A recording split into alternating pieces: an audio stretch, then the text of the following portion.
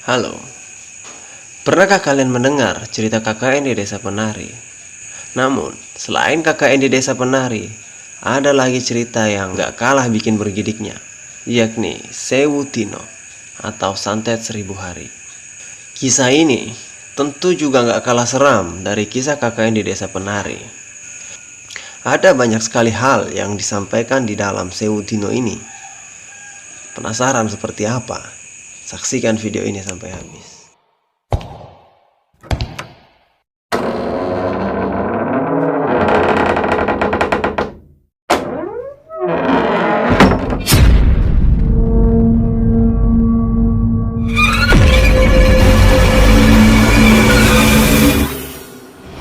Di Jawa sendiri, ada berbagai macam jenis ilmu hitam, mulai dari santet, tenung, tumbal, pesugihan, serta hal-hal mengerikan lainnya.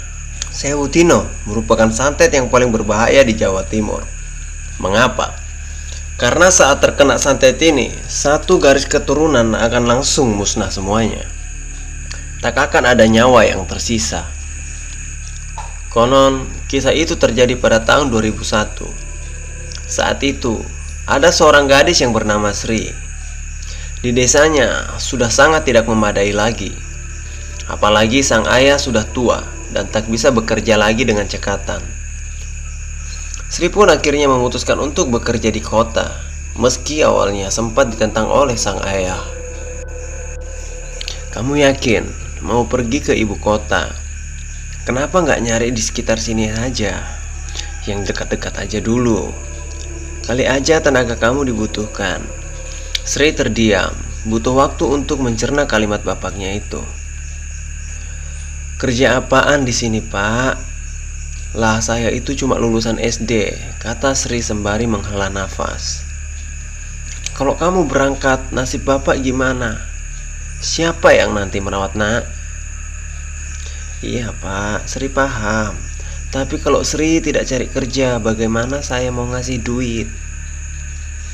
Sore itu, matahari mulai terbenam sebelum seseorang mengetuk pintu gubuk rumah Sri. Rupanya, itu adalah Bu Menik, tetangga yang paling mampu di kampung itu.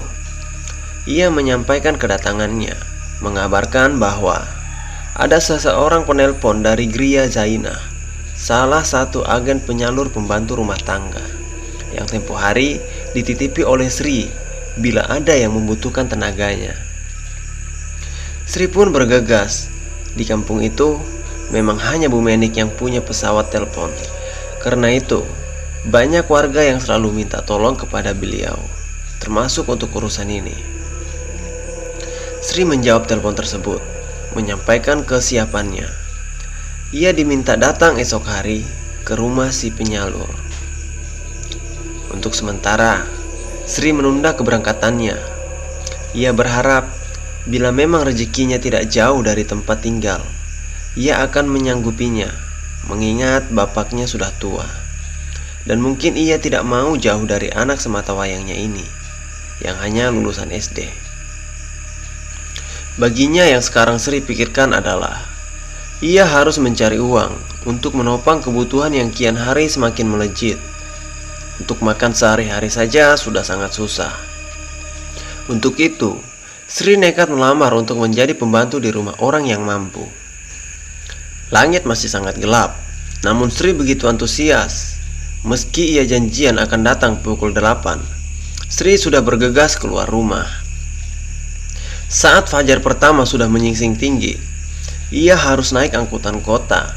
Butuh waktu 1,5 jam untuk sampai ke kota. Tibalah Sri di depan rumah besar itu. Meski dalam bentuk rumah, namun si pemilik sudah sangat terkenal sebagai agen penyalur tenaga kerja untuk orang yang mencari jasa PRT. Sri baru tiba dan dilihatnya sudah banyak sekali orang menunggu. Tampaknya Sri bukan satu-satunya yang datang. Butuh waktu lama untuk akhirnya nama Sri yang dipanggil. Ia masuk ke sebuah ruangan kecil, melihat si pemilik agen penyalur. Lalu ia menjelaskan bahwa kemungkinan ia butuh jasa PRT untuk satu keluarga. Namun, ia masih harus diseleksi, dan siang ini si keluarga akan datang. Sebelum keluarga itu datang, si pemilik jasa bertanya, Pertanyaannya yang membuat Sri sedikit curiga. Lebih tepatnya pertanyaannya mengundang banyak sekali pertanyaan, yang salah satunya, "Sri, bener awakmu lahir pas dino Jumat Kliwon?" Atau yang artinya, "Sri, ini benar kamu lahir Jumat Kliwon?"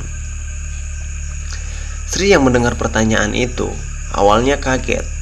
Namun dengan tergagap Sri bisa menjawabnya bila memang benar ia lahir di hari Kliwon itu. Namun ia tidak tahu bila itu hari Jumat.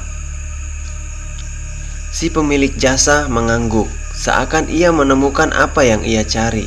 Bagi Sri itu pertanyaan yang sangat aneh.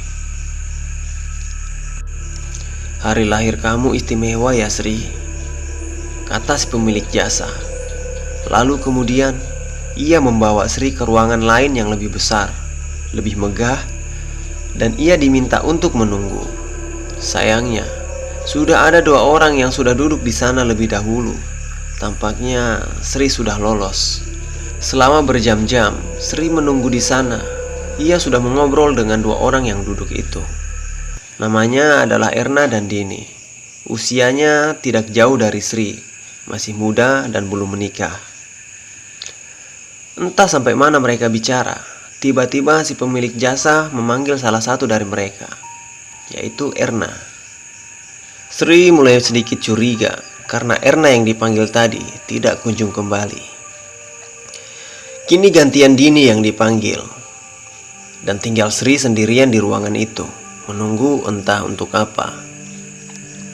Kini tiba giliran Sri yang dipanggil. Dengan ragu ia keluar, berjalan menuju ruangan tadi. Dengan seorang wanita yang memakai pakaian adat kebaya, lengkap dengan sanggul. Ia duduk sangat anggun, menatap Sri dari ujung kepala hingga mata kakinya. Ia tersenyum, sangat tulus, membuat Sri merasa sungkan sekali.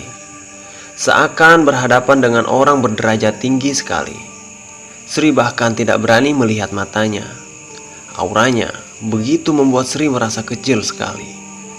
"Cantik sekali," ucapnya, nada suaranya yang sangat halus. Sri diminta untuk duduk. Kemudian si pemilik jasa memperkenalkan siapa wanita anggun itu, yang rupanya ia adalah pemilik rumah makan yang saat itu terkenal sekali, yaitu Seantero Jawa. Sebegitu terkenalnya, kekayaannya tidak perlu lagi dipertanyakan. Semua itu membuatnya terkejut. Namanya Kembang Krasa. Meski itu hanya semacam gelar, namun Sri tahu arti nama itu, yang berarti bunga krasa. Bunga yang wanginya dulu sudah melegenda sebelum ditumpas untuk menyingkirkan bala di atas gunung. Saat bangsa lelembut masih mendiami tanah Jawa ini. Semua orang di sini tahu cerita itu. Sri hanya menunduk. Ia masih sangat segan menatap mata wanita itu.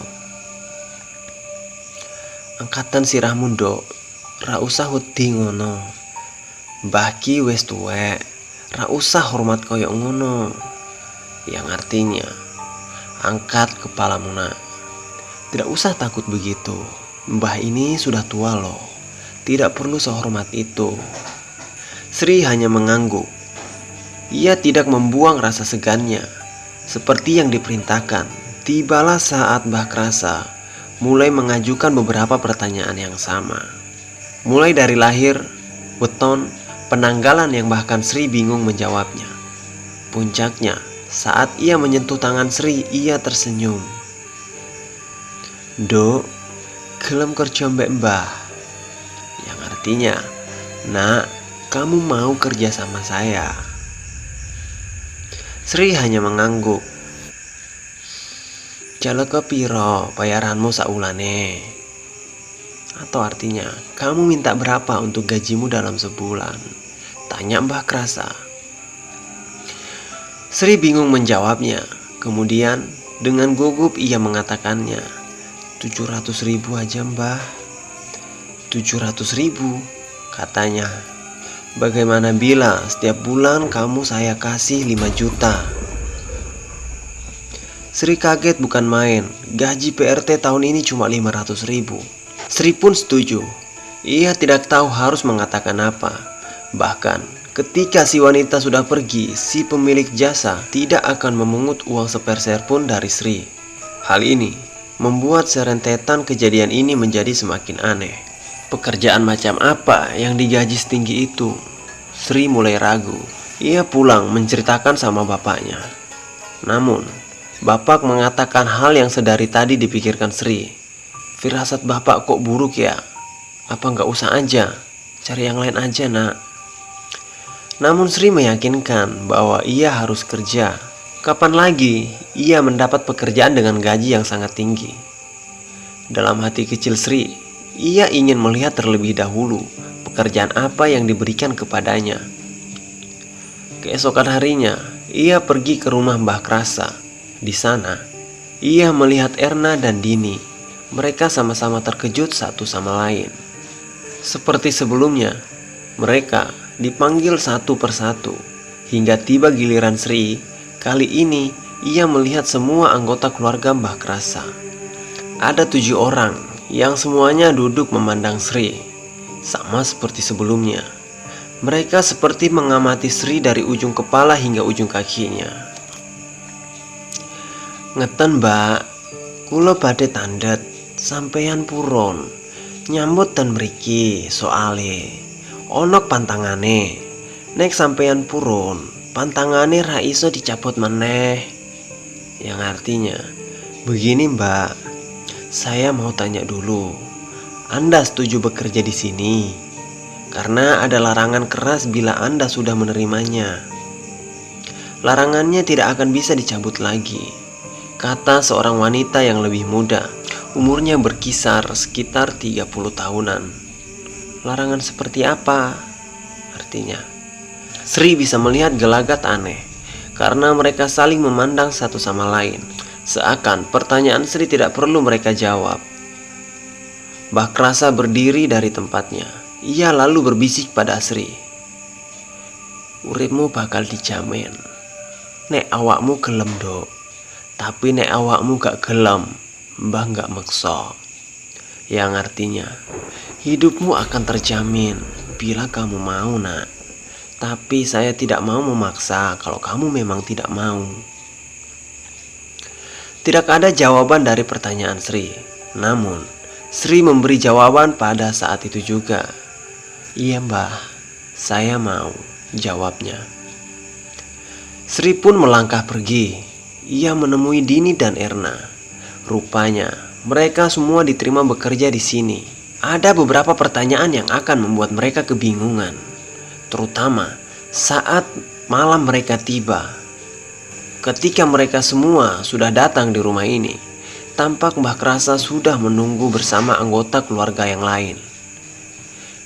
Ia menjelaskan bahwa mereka bertiga akan ditugaskan di sebuah rumah lain.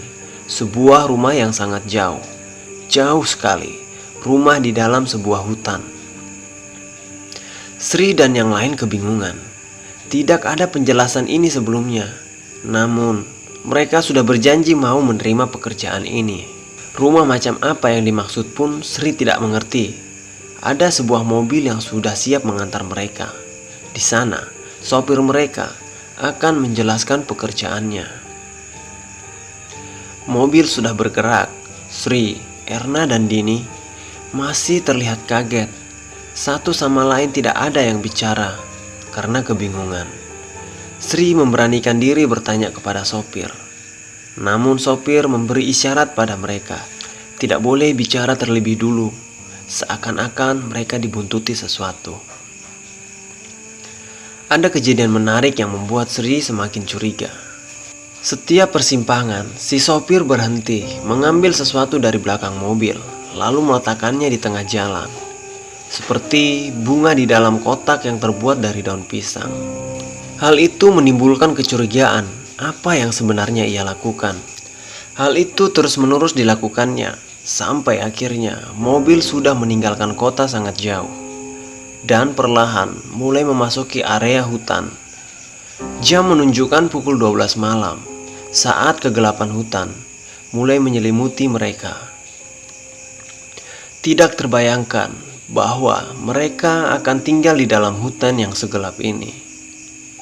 Kiri kanan hanya pepohonan yang mereka lihat dengan semak belukar. Mobil terus berjalan sampai tiba di sebuah jalan setapak. Perlahan mobil melesat masuk. Di atas jalan setapak yang ditumbuhi rerumputan liar, mobil terus menerabas memaksa masuk. Sri dan yang lain mulai merasa tidak nyaman dengan ini. Pak Deten pundi niki, kulom boton dipateni kan? Yang artinya, Pak, kita mau kemana? Saya tidak akan dibunuh kan? Tanya Dini. Si sopir hanya tersenyum, tetap memaksa mobil menembus sela pepohonan. Seakan mencari jalan di tengah gelapnya hutan ini yang dipenuhi kabut di sepanjang jalan. Setelah jauh masuk ke dalam hutan, mobil berhenti di sebuah semak dan pohon yang tidak lagi bisa dilalui mobil itu. Ada kejadian aneh, di mana ada satu pohon yang tidak terlalu besar, tumbang begitu saja.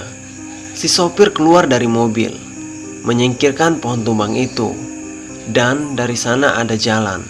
Setelah melewati jalan yang naik turun, mereka sampai di sebuah rumah gubuk, terbuat dari kayu yang disusun serampangan. Atapnya tidak terlalu tinggi, terlihat sangat kumuh, bahkan lebih kumuh daripada rumah Sri. Dari sana muncul seorang pria tua yang seperti sudah menunggu mereka di sana.